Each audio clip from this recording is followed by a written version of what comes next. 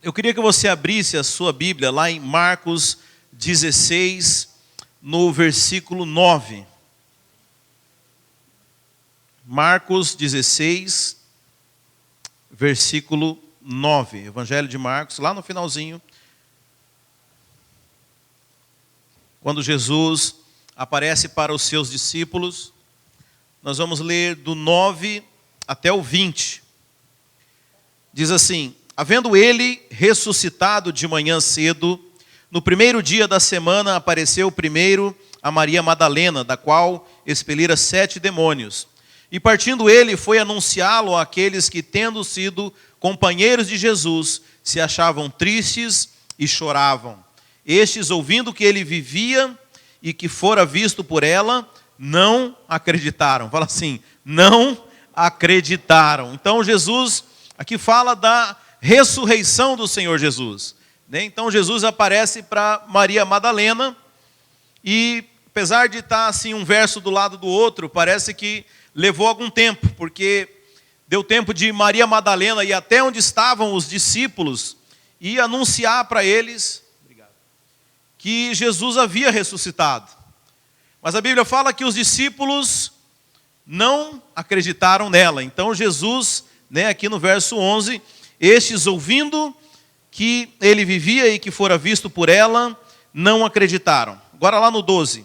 Depois disso, manifestou-se em outra forma a 2 deles que estavam no caminho para o campo. Indo eles, anunciaram aos demais, mas também a estes 2 não lhe deram crédito, ou seja, não acreditaram também. 14. Finalmente apareceu Jesus aos 11, quando estavam à mesa, e censurou-lhes a incredulidade e dureza de coração, porque não deram crédito aos que o tinham visto já ressuscitado. E disse-lhes: ide por todo o mundo e pregai o evangelho a toda criatura. Quem crer e for batizado será salvo, quem porém não crer será condenado. Amém? Veja, irmãos, essa passagem, para mim ela é talvez uma das mais importantes da Bíblia para aqueles que são discípulos do Senhor Jesus. Ela é chamada de a grande comissão, the Great Commission. Quando Jesus, ele encerra, é como se Jesus estivesse vindo e o seu ministério, dos 30 aos 33 anos de idade, onde ele treina, ele discipula esse grupo de homens, que foram conhecidos como os discípulos, e capacita eles para viver uma vida cristã, uma vida missionária. Mas no final de tudo, Jesus é como se ele voltasse e falasse: olha, agora vocês já estão prontos, agora vocês já entenderam o que eu vim fazer. Então agora eu falo para que vocês saiam, ide por todo mundo e pregai o evangelho, pregai as boas novas para toda criatura. E todo aquele que crer no evangelho, irmãos, amém?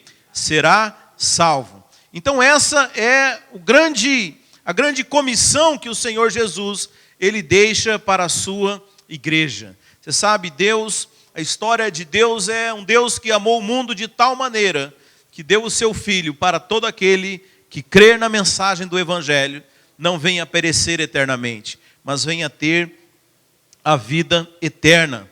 Então a ideia de Deus, irmãos, quando ele cria toda a humanidade, é de salvar toda a humanidade. Amém? Deus não criou ninguém para se perder. Deus não criou ninguém para viver separado dele. Deus criou o homem para poder ter comunhão, para poder ter um relacionamento verdadeiro com o homem. Se você olhar lá no começo da sua Bíblia, em Gênesis 1, a Bíblia fala que Deus, ele cria árvores, ele cria a natureza, ele cria as coisas e fala, cada um gerou segundo a sua espécie, mas quando Deus cria o homem, a Bíblia fala que Deus o faz da sua mesma espécie. Deus faz a imagem e semelhança dele, porque o desejo desse Deus, quando cria o homem, é que o homem se torne parte da sua família, é que se relacione com ele. Amém? Mas veja, Deus, ele não podia obrigar o homem a isso. Deus, por mais que deseje que todos sejam salvos, Deus, ele permite a escolha de cada pessoa. E mesmo lá no Éden, Deus ele permitiu ao homem, Deus falou, olha, o dia que você não achar que aqui é o seu lugar, o dia que você não achar que você queira ficar comigo, você tem o direito de sair daqui. Infelizmente, essa foi a escolha do homem ali. E a partir de então, você vê nas páginas da sua Bíblia a história de Deus tentando restabelecer essa aproximação com o homem, até que chega a vinda do Senhor Jesus. E a Bíblia fala que Jesus teve o ministério da reconciliação. É como se Jesus pegasse na mão do homem, pegasse na mão de Deus e trouxesse um para perto do outro. Amém? Ah, mas isso não era mais simples de fazer, pastor? Não, tem algumas implicações que eu não vou entrar no detalhe agora aqui. Mas a ideia que você precisa entender, que Deus quando cria o homem, Deus quando decide estabelecer a humanidade nessa era como nós a conhecemos, né? Nós sabemos que existem dispensações, também não vem ao caso aqui, mas essa era, essa humanidade como nós a conhecemos, Deus a criou para poder estabelecer um relacionamento com ela. E a ideia do Senhor nunca mudou, irmãos. Deus nunca mudou o seu propósito. Aliás, Deus é Deus, quem muda somos nós, Deus não muda. E a ideia dele continua a mesma, irmãos. Então, você vê, desde os tempos antigos, Deus lidando com as pessoas, lidando com o seu povo. Quando o povo vai para o deserto, Deus decide morar no meio daquele povo e manda construir o tabernáculo. Quando Jesus vem, Deus restabelece a sua história com o povo. Mas eu quero dizer que ainda resta algo para fazermos. Fala assim, ainda resta algo. Resta nós anunciarmos às pessoas que Deus quer se reconciliar conosco. Amém? Ah, pastor, essa história parece muito simples, né? Você sabe, parece simples, mas não é. Porque na ideia das pessoas, eu creio que a maioria das pessoas que não conhecem verdadeiramente a Deus, elas creem na imagem de um Deus que ainda está irado com as pessoas, de um Deus que ainda está buscando punir as pessoas. Você sabe, quando você convida alguém para vir a uma reunião da igreja, e essa pessoa nunca fez parte de igreja, eu imagino que na cabeça dela, ela pensa assim, bem, deixa eu ficar aqui no meu canto, que Deus não está me vendo aqui, porque o dia que eu for lá, eu entro no radar de Deus. E aí ele vai começar a me procurar, vai começar a cobrar as coisas de mim, porque na ideia das pessoas, o nosso Deus ainda é um Deus irado com as pessoas, é um Deus que está procurando alguma falha nas pessoas para poder punir elas. Mas eu quero dizer que a história mudou, irmãos. Nós conhecemos o Evangelho da Graça. O Senhor Jesus, Ele veio fazer propiciação pelos nossos pecados. Ele foi o Cordeiro que foi oferecido em sacrifício pelos nossos pecados. E hoje a mensagem que a igreja do Senhor precisa anunciar para o mundo é que Deus não está mais procurando o mundo para apontar suas falhas, nem para punir pelos seus erros, mas é uma mensagem de perdão e amor. Essa mensagem que precisa ser anunciada, irmãos. As pessoas ainda não conhecem o Evangelho porque não descobriram essa mensagem. As pessoas ainda se sentem devedoras de Deus, né? As pessoas, você sabe, quando as pessoas têm uma dívida uma com as outras, elas procuram evitar aquelas pessoas. E essa é a história de muitos com relação a Deus, mas nós precisamos anunciar. E Jesus, quando ele aparece depois de ter morrido na cruz, o que ele fala para os seus discípulos é: vão e anunciem o Evangelho, a boa notícia. Qual que é a boa notícia, irmãos? A sua dívida está paga. Amém? Se você tinha dúvida se você poderia ir para o céu ou não, se você poderia se juntar à família de Deus, sabe, eu quero dizer que a boa notícia é que a sua dívida está paga e você pode sim fazer parte da família de Deus, a partir do momento em que você crer, que você aceitar. Eu aceito, é um presente. A Bíblia fala que a salvação, ela não é mais uma condição nas nossas vidas. Você sabe, na Velha Aliança, no Antigo Testamento, a salvação era uma condição. Lá em Deuteronômio, a Bíblia fala assim: olha, se atentamente vocês ouvirem a lei do Senhor, se atentamente vocês cumprirem e não fizerem nada de errado, então eu vou abençoar vocês. Era uma condição. Mas na nova aliança, depois que Cristo vem e se oferece pelos nossos pecados, a salvação ela passa a ser um presente para todo aquele que crê no seu sacrifício. Sabe, essa mensagem as pessoas precisam escutar, porque a religião tem imposto um peso sobre as pessoas. As pessoas ainda vivem dentro de um sistema religioso, onde elas acreditam que o que vai determinar o futuro delas é o que elas fazem hoje. Sabe, como você deve já imaginar, é impossível para alguém viver 100% bem, a não ser que você seja, com perdão da palavra, um hipócrita, mas se você for muito honesto consigo mesmo, é impossível você viver e atingir esses padrões todos. Então o problema das pessoas, elas estão o tempo inteiro com medo de Deus. Mas eu quero dizer que Deus não está mais zangado com você. Deus não está mais procurando as suas falhas. Jesus, Ele se ofereceu como sacrifício para pagar a sua dívida. E o que Ele ordena agora a seus discípulos: vá e conte a todo mundo a respeito disso. Vá e leve essa mensagem do Evangelho. Vá, todas as pessoas precisam saber. Você sabe, Jesus morreu por todos, mas só serão salvos aqueles que crerem no seu sacrifício. É como se, e aliás, existe uma parábola na Bíblia que fala a respeito das bodas do Cordeiro. E aliás, ali diz respeito ao próprio Deus preparando o casamento do Cordeiro do Senhor Jesus com a sua igreja. Mas a Bíblia fala que esse pai muito rico, ele prepara um grande banquete. E a ideia dele é convidar muitas pessoas, todas as pessoas, mas poucos convidados aparecem na festa. Eu quero dizer que esse sacrifício foi para todos, mas poucos convidados têm aceitado esse convite. Porque talvez nós ainda tenhamos convidado da forma errada, irmãos. Nós, como igreja, temos a obrigação de chamar as pessoas para esse banquete. Amém?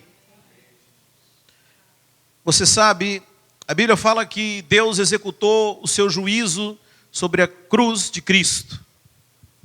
Mas Jesus Cristo, ele não tinha pecado algum. Então, que tipo de juízo que Deus executou sobre a cruz de Cristo? Se Deus, como um justo juiz, não encontrou defeito, não encontrou pecado em Jesus, como é que então Deus aceita o sacrifício de Jesus? Como é que Deus derrama sua ira sobre a cruz de Cristo? Porque ali a Bíblia fala que na cruz de Cristo não estava, na verdade, aquilo que Jesus fez, mas estava o meu e o seu pecado. A Bíblia fala que aquele que não conheceu o pecado, Jesus, Deus o fez pecado no nosso lugar. Então, quando Deus julga ali na cruz, Ele não estava julgando a Jesus, mas Ele estava enxergando eu e a você naquela cruz ali, naquele momento. E aí, quando Ele julga, eu quero dizer que uma vez que você foi julgado e aí, além de tudo, você foi condenado em Cristo, a partir do momento que alguém recebe a pena e recebe a punição, ele não pode mais ser condenado. Então a Bíblia fala que quando Deus julga ali na cruz, agora nós temos paz para com Deus, porque Deus não pode nos condenar novamente por isso. Nós já fomos condenados. Mas você sabe, a Bíblia fala que Jesus também nos comprou com o seu sangue. Nós somos comprados pelo sangue de Jesus. Jesus pagou um preço. Eu sei que é difícil a gente entender, porque isso foi escrito num contexto onde haviam escravos. Você sabe, escravos eles eram comprados, né? Adão, quando ele peca, ele se coloca debaixo da escravidão do pecado. E Jesus, ele compra o homem através do seu sangue, ou seja, o homem pertence a Jesus. E agora Jesus, ele passa a ser o nosso Senhor, né? Os irmãos, quando oram, falam: Jesus é o Senhor e Salvador. Até agora eu falei do Jesus que é Salvador, mas existe o Jesus que é nosso Senhor. Senhor é aquele que é dono. Senhor é aquele que vos comprou. Você sabe, isso pode parecer ruim, mas eu quero dizer que é algo muito bom também, irmãos. Porque muitas pessoas ficam preocupadas a respeito dos seus problemas, da sua vida, da sua salvação. E eu sempre as lembro, eu falo, aquele que te comprou, pagou muito caro para abrir mão de você. Você pertence a alguém, você pertence a Jesus. Mas você sabe, a mesma nobreza que estava no coração do Pai, também está no coração de Jesus. Apesar dele ser o nosso Senhor, ele não te obriga a servi-lo. Ainda assim, o Senhor Jesus, ele nos convida a servi-lo. Certa vez Jesus falou, aquele que quiser vir após mim, tome a sua cruz, negue-se a si mesmo e venha. Há um convite da parte do Senhor Jesus. E é interessante que nós, quando vamos lá em Mateus 25, existe uma parábola dos talentos. O Senhor Jesus está falando como que ele lida com os seus servos ali. E provavelmente essa parábola também, ela se diz respeito ao reino dos céus. É assim que começa lá em Mateus 25, no verso 1. Jesus fala assim, o reino dos céus é semelhante a... E aí ele vai contar 2 parábolas. E ele fala que o reino dos céus é semelhante a um senhor que se ausenta das suas posses, da sua propriedade. E ele confia os seus bens aos seus servos. Amém? Jesus confia os seus bens a quem? Fala assim, a nós. A nós é muito impessoal, né? A mim, fala assim. Você é servo de Jesus? Jesus confiou os seus bens a você. Amém? E é interessante que ali nessa parábola haviam 3 servos. Eu estou falando de Mateus 25. E desses 3 servos, 2 foram muito diligentes. 2 entenderam qual era a expectativa do Senhor deles. E foram trabalhar em prol daquilo que era o desejo do seu Senhor. E apenas um deles simplesmente ignorou as coisas. A Bíblia não diz o que ele ficou fazendo, mas provavelmente ele não fez nada. Mas é interessante que muito tempo depois, a Bíblia fala no verso 19, e muito tempo depois, veio o Senhor daqueles servos e fez conta com eles. Veja, aqui está falando a respeito de Jesus. Eu não estou falando de condenação, não estou falando a respeito de você perder a sua salvação, mas uma vez que nós somos comprados pelo sangue de Jesus, a Bíblia fala que vai chegar o dia que você vai estar lá no céu, diante de Jesus, e Ele vai perguntar para você, se você fez aquilo que Ele desejava que você fizesse, se você honrou o sangue dEle, como se Ele falasse, eu preparei uma festa para toda a humanidade, eu ensinei a vocês, eu ensinei a minha igreja, eu ensinei a um grupo de pessoas e dei uma comissão, eu dei um mandamento, eu dei uma ordem a essas pessoas. Agora vocês vão e anunciem por toda a terra essa mensagem. Anunciem para eles que eu já paguei pelos pecados deles, que eles podem habitar no céu, que eles podem se achegar diante de Deus por causa do meu sacrifício. Você sabe, vai chegar um dia que Jesus vai chegar diante de mim e de você e vai perguntar a respeito disso. E vai perguntar para você, vai falar, Elias, você contou para alguém? Cadê as pessoas que você conseguiu, Onde que você anunciou a mensagem do Evangelho? Sabe, Jesus vai perguntar para nós a respeito disso. Sabe, e a resposta para essa pergunta não é uma resposta que vai te estar apto ou não a estar no céu, porque estar ou não no céu é o sacrifício de Jesus, e como eu falei, foi um presente. Mas a Bíblia fala que Jesus ele vai recompensar esses servos que entenderam qual que era o desejo do seu coração. Jesus vai honrar aqueles que se preocuparam em honrá-lo, honrar a mensagem do Evangelho. Sabe, e eu quero dizer que Nós, como igreja, estamos aqui dando uma continuidade ao ministério do Senhor Jesus. A igreja, a Bíblia fala que é o corpo de Cristo. Você sabe, tem pessoas que falam, Cristo não está mais aqui na terra. Eu quero dizer que Cristo continua na terra. E o corpo dele está aqui entre nós. Aliás, o corpo dele somos nós. A igreja é o corpo de Cristo. Cristo é o cabeça, mas a igreja é o seu corpo. Então todo aquele ministério que você enxerga nos 4 evangelhos que está lá na sua Bíblia, lá em Mateus, em Marcos, em João, em Lucas, tudo aquilo que Jesus fez, curando enfermos, expelindo demônios, pregando o evangelho, tudo isso Jesus continua fazendo através da igreja aqui na terra, que é o seu corpo. Sabe? E nós, como parte desse corpo, temos que entender o nosso papel dentro disso.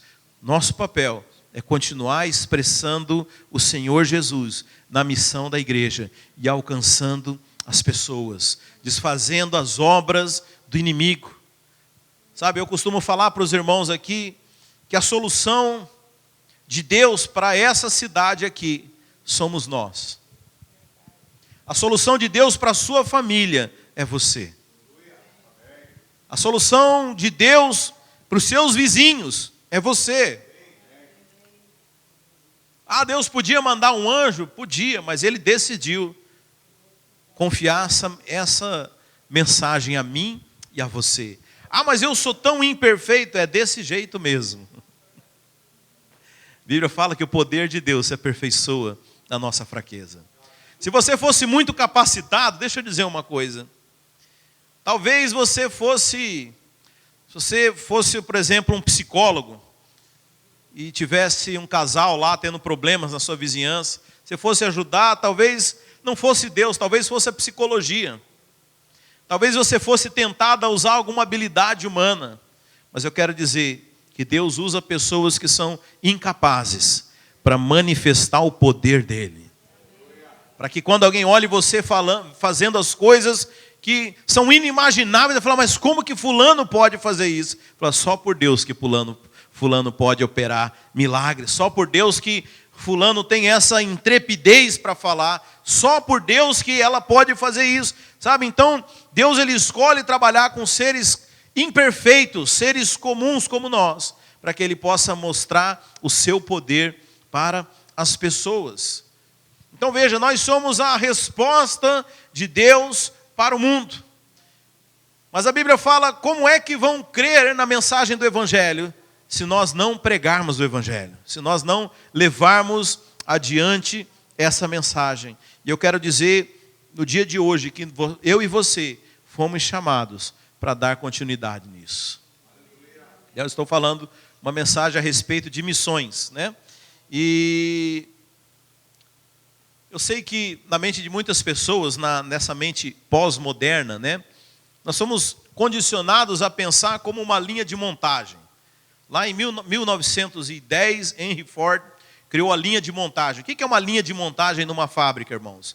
Eles descobriu que eles conseguiam produzir muito mais se um funcionário aqui só apertasse um parafuso, se o outro aqui só encaixasse uma peça, se o outro aqui só colasse uma coisa, ao invés de cada funcionário construir um carro do zero até o fim. Então isso é linha de montagem, né? E hoje praticamente tudo que nós vemos é feito nessa forma, né? Você vai no McDonald's, você tem o chapeiro, você tem o outro que põe ali a batata para fritar, você tem o outro que serve o milkshake, você tem o outro que atende no drive. Mas veja, nós não podemos pensar dessa forma com a igreja. Por que eu quero usar esse exemplo? Porque nós pensamos a igreja dessa forma. Então a gente fala assim, bem, o pregador é quem prega, sim ou não? O evangelista é quem evangeliza. O cantor é quem canta. E a irmã o círculo de oração é quem ora. Não, veja, a Bíblia fala que Deus deu esses ministérios para poder treinar a igreja. Então quem louva, ele louva para ensinar a igreja a louvar. O missionário, o pregador, é para ensinar a igreja a pregar. Quem ora é para ensinar a igreja a orar, porque todos nós somos ministros do corpo de Cristo. Amém? E deixa eu dizer, há um privilégio envolvido nisso, em você poder ser um agente, você ser um missionário. Então, quando nós falamos de missões, e eu vou daqui a pouco mostrar para vocês alguns testemunhos daquilo que nós temos feito em todos os continentes desse planeta, mas eu não quero que você pense que isso nos exime da nossa responsabilidade, como igreja do Senhor, de fazermos a obra aonde nós estamos. Mas talvez você pense assim, talvez seja algo muito complicado isso, né? Talvez eu chegar e pregar para alguém, eu não tenho muita habilidade a respeito disso. Deixa eu dizer, nós fazemos isso como um corpo. Então, há 2 semanas atrás, nós fizemos aqui um evento no sábado para crianças, né? Crianças de 7 a 10 anos de idade. E foram algumas ministrações que nós fizemos aqui na frente, né? Foram 5 ministrações, 5 palavras. Você sabe, pregar para criança é um pouquinho mais, 6 palavras, é um pouquinho mais complicado do que ministrar para adultos, né? Os irmãos já estão me ouvindo há 25 minutos. Criança, você não pode falar por 25 minutos. Você precisa ter teatro, você precisa ter representações, precisa ter muito audiovisual, senão você perde a atenção delas. Mas, então foram 6 pessoas que vieram à frente aqui ministrar, né? E mais alguns irmãos que foram fazer teatro, né? Mas eu quero dizer que não eram apenas essas pessoas que estavam ministrando aqui, que estavam evangelizando. Desde os irmãos que estavam trabalhando lá na cozinha, dos irmãos que estavam cuidando do equipamento de som, das pessoas que estavam cuidando da recepção, todos esses estavam evangelizando. Porque nós fazemos as coisas como um corpo de Cristo. Amém? Nós fazemos as coisas em conjunto. Sabe, é claro que não é todo mundo que tem a mesma habilidade para pregar a mensagem do Evangelho. Por exemplo, eu tenho uma dificuldade de falar isso individualmente, parece paradoxal. Mas nós, cada um tem uma habilidade específica que Deus trabalha para que você possa, em conjunto com o corpo de Cristo, poder fazer a obra de Deus. Sabe, eu quero dizer que hoje nós temos, de adultos, 3 células na cidade aqui. 3 lugares onde nós nos reunimos toda sexta-feira para poder estudar a palavra, para poder compartilhar aquilo que Deus faz nas nossas vidas. E muitas vezes as pessoas têm evangelizado quando convidam pessoas para ir para esse lugar. Quando a pessoa se dispõe a ir com o carro dela buscar alguém, quero dizer que é uma forma de evangelismo também, né? Fora isso, nós temos trabalhos com crianças aqui na cidade, temos células em condomínios, né? E ali nós temos ensinado a palavra também. São formas de você poder pregar o Evangelho. A partir de agosto, irmãos, Deus abriu uma porta para a gente. Nós vamos começar a ensinar a palavra de Deus nas escolas públicas. Acredite nisso. Deus, aqui em Hillsborough, nós vamos começar, não vamos fazer muitas, vamos começar com uma, porque ainda não temos muitas pessoas para fazer isso. Mas o dia que todos se disporem, em cada escola desse condado aqui, vai ter um grupo evangelístico da nossa igreja pregando o Evangelho, irmãos. Sabe, essa é a vontade de Deus. Aquele que te conquistou, Ele quer agora que você conquiste outros. A mensagem não pode parar em você. Sabe, é muito egoísmo da nossa parte pensar que o Evangelho é apenas para nós. Sabe, se você realmente provou de algo muito bom, o que você precisa fazer é mostrar para os outros. Agora, talvez a sua experiência ainda não tenha sido muito boa. E o meu desejo é que você experimente mais de Deus, até que você possa realmente estar convencido de que não há nada melhor para você desfrutar nessa terra do que a presença de Deus. E Deus vai usar a sua vida. Como eu falei, não é para você, não necessariamente isso é feito de forma individual. Nós fazemos como um corpo de Cristo. Sabe, a igreja é o corpo de Cristo. O que significa isso? Você sabe, as pessoas, elas... se eu perguntar aqui para os irmãos, Quem sabe quem é Joe Biden? Os irmãos sabem? Os irmãos conhecem Joe Biden? Veja, há um nível de conhecer. Então você lê a respeito de Joe Biden, você lê notícias, você pode ter lido uma biografia a respeito de Joe Biden, mas não necessariamente quer dizer que você o conhece pessoalmente. Conhecer pessoalmente, quando que a gente fala que se você falou por telefone com Joe Biden, você conhece ele pessoalmente? Quando que você conhece Joe Biden pessoalmente? Quando você se encontra com o corpo dele. Quando o seu corpo está aqui e o corpo dele está aqui. Deixa eu dizer, irmãos, muitos conhecem Jesus. Muitos conhecem Jesus. Muitos ouvem de Jesus. Muitos escutam Jesus no YouTube.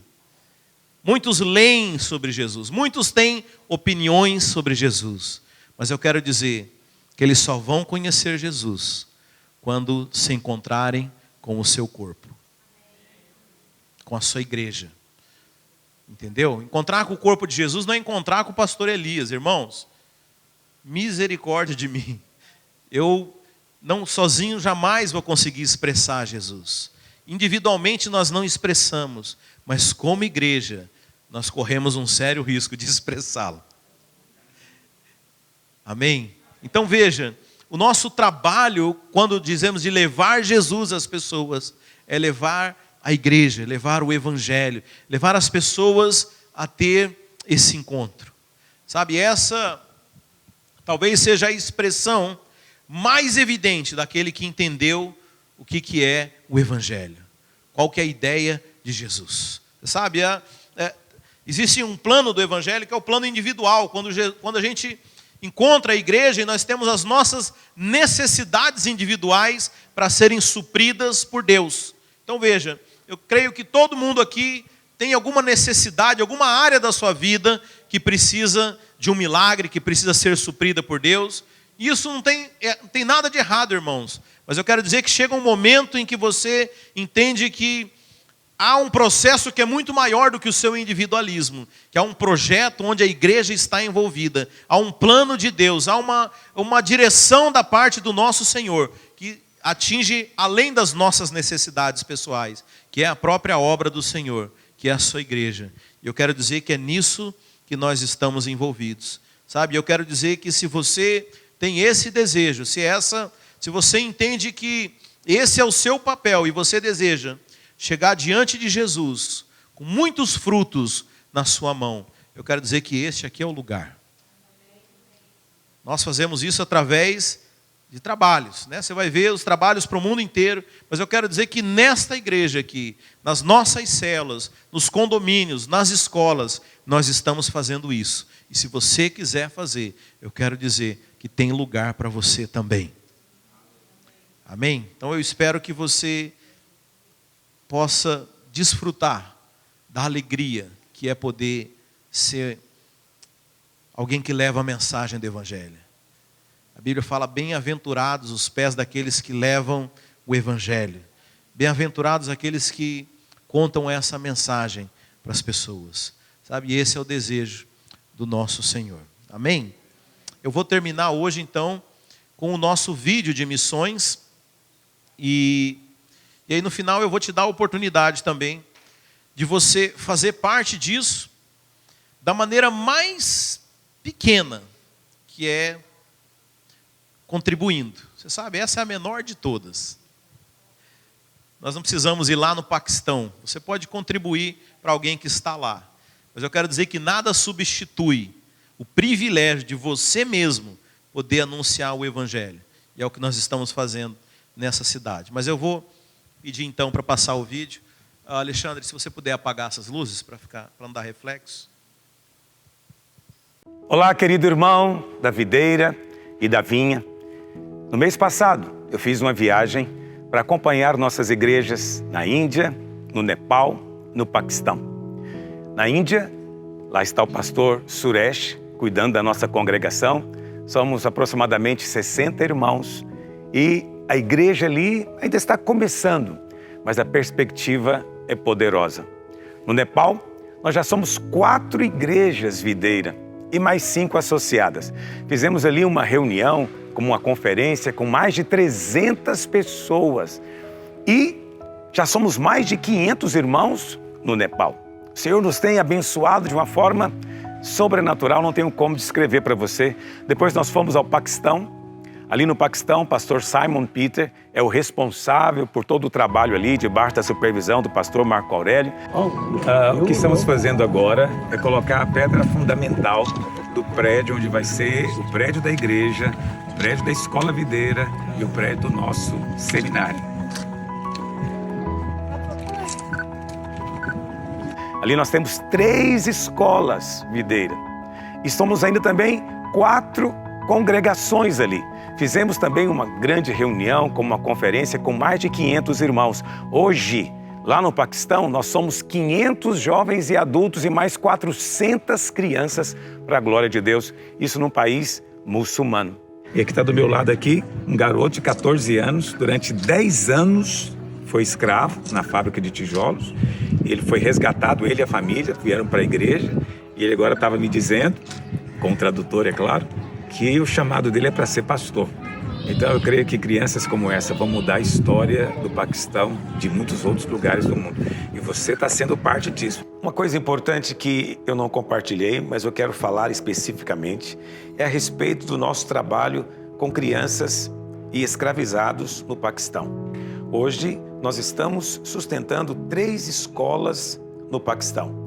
A primeira delas tem em torno de 130 alunos, a segunda em torno de 120, e uma terceira escola, que é com crianças bem pequenininhas, que nós abrimos dentro de uma das fábricas de tijolos, um lugar onde existem pessoas escravizadas, e essas crianças são filhos de escravizados, algo que nós aqui no Brasil nem compreendemos como pode acontecer. E o dono, né, do lugar permitiu, o que não é uma coisa comum, que nós ensinássemos para elas.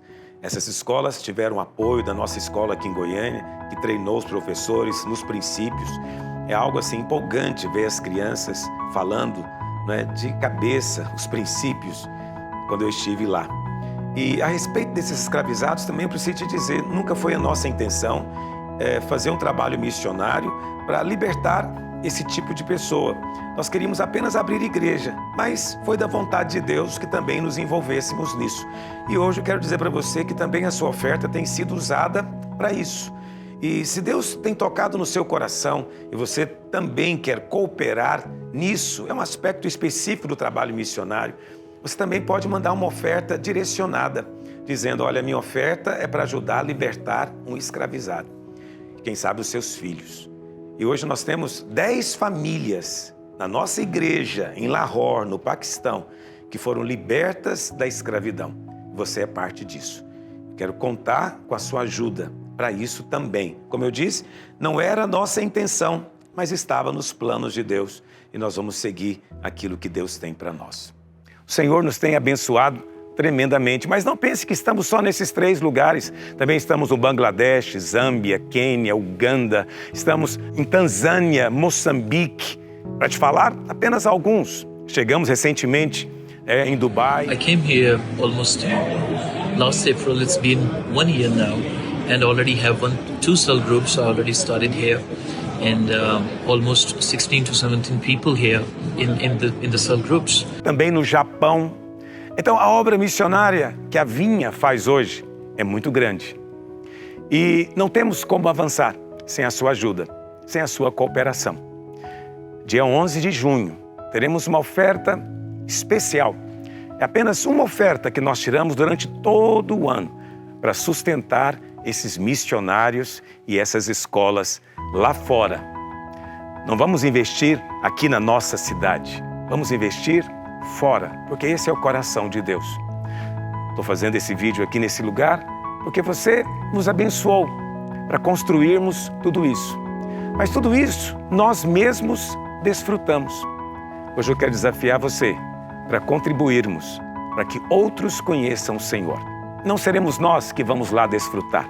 Talvez você nunca vai viajar até lá para conhecer, mas a sua contribuição, o seu encargo, vai alcançar essas vidas. Quero contar com você hoje, com a sua ajuda. Que o Senhor possa mover no seu coração e você possa, junto com todos nós, ter o entendimento do encargo, do peso da nossa oferta. Deus abençoe você.